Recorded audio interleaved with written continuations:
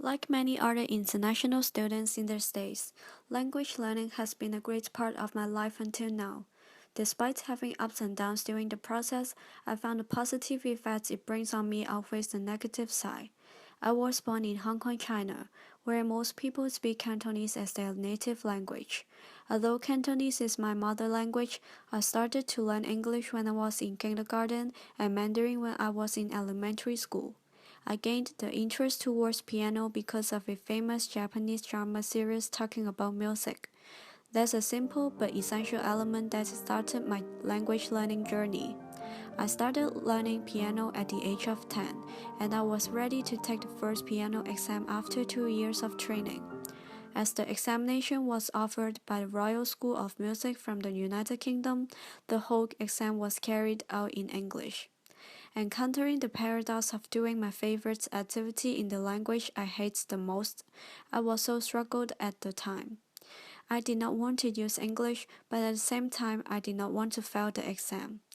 In the early morning on the examination day, I arrived at the examination venue 15 minutes earlier. I was so shocked to see a native British when I was entering the examination room. I was so nervous because I could not understand what he talked about with his strong accent. Having a nervous and unstable mind, I made numbers of mistakes in my performance.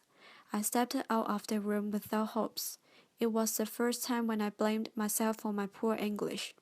In a sunny and warm afternoon after a few months, my mom told me that I failed my piano exam. I sat down on the grassland and I started to reflect. At that moment, achieving a higher level in piano has become a motivation for me to learn better English. My piano teacher helped me to apply for another exam after a year. I did not hesitate to step forward because I had put a lot of effort in learning English after the first failure.